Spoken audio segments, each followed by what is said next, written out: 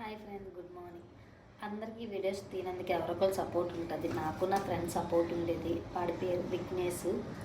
వాడైతే ఇప్పుడు కింద లేడు, చనిపోయాడు.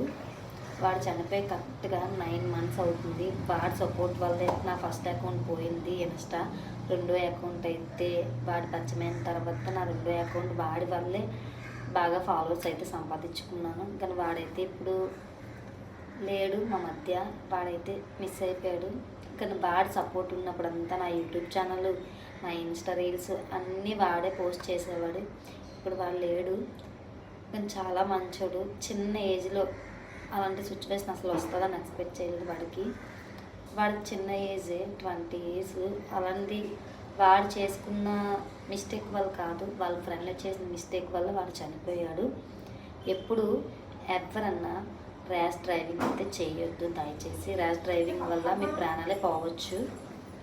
వాడు ర్యాష్ డ్రైవింగ్ చేసిన వల్ల ముందున్నవాడు వల్ల యాక్సిడెంట్ అయితే జరిగింది. వాడికైతే హెడ్కి తగిలేసి ఒక 2 days కోమలో ఉండి చనిపోయాడు. కానీ వాడు ఉన్నప్పుడైతే నా ఇన్స్టా, నా యూట్యూబ్ అంతా వాడు చూసుకునేవాడు. నాకు వీడియోస్ కావాలన్నా వాడు తీసుకెళ్ళి తీయించి ఇంటికి దేబెట్టేసేవాడు. అలాంటి వాడు నాకు లైఫ్లో మిస్ అయిపోయాడు. దానివల్ల నా యూట్యూబ్ ఛానల్ అయితే ఆఫ్ చేస్తాను. కొన్ని రోజులైతే చాలా అప్సెట్లో ఉన్నాను. ఎందుకంటే వాడు చాలా మంచోడు. నాకు ఎవరు సపోర్ట్ చేయట్లేదని చెప్పి నాకు సపోర్ట్ చేసి నా లైఫ్లోనే ఒక తమ్ముళ్ళలాగా ఉండేవాడు. అలాంటి నా లైఫ్లోంచి వెళ్ళిపోగలనే. ఇప్పుడైతే వీడియోస్ తీయడానికి ఎవ్వరూ లేరు. నేను ఎవరితో తీయించుకోవట్లేదు. ఫస్ట్లో అయితే బాబుని కూడా చాలా బాగా చూసుకునేవాడు. చిన్నప్పటి నుంచి వాడు ఒక ఫ్యామిలీ మెంబర్లా ఉండేవాడు. కానీ 1 monthకి ఒకసారన్నా వాడు గుర్తొస్తూ ఉంటాడు. మేబీ ఆ లవ్ తన స్టేటస్లు పెడుతూ ఉంటుంది.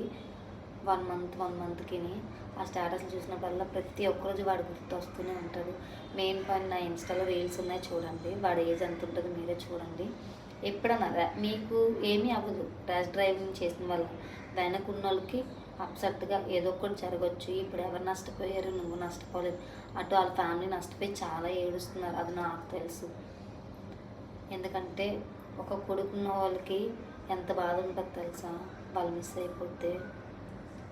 నేను 2 విషయాల్లో ఎదుర్కొన్నాను. ఒకటి పవన్ విషయంలో, 2 విఘ్నేష్ విషయంలో. విఘ్నేష్ వాళ్ళ ఫ్యామిలీ ఇప్పుడు అంతే ఏడుస్తున్నారు. వాళ్ళు లేని వాళ్ళ అర్థం చేసుకున్నారు. ర్యాష్ డ్రైవింగ్ అయితే చేయొద్దు ప్లీజ్. ఎందుకు చెప్తున్నాను వినండి. ఆ ర్యాష్ డ్రైవింగ్ వల్ల నేను ఫ్రెండ్ని కోల్పోయాను, నాకు సపోర్ట్ చేసిన ఫ్రెండ్ని. మీ అందరికీ ఎందుకు చెప్తున్నానంటే మీరు కూడా ర్యాష్ డ్రైవింగ్ చేయొద్దు అని చెప్పాలి అనుకున్నాను, చెప్తున్నాను.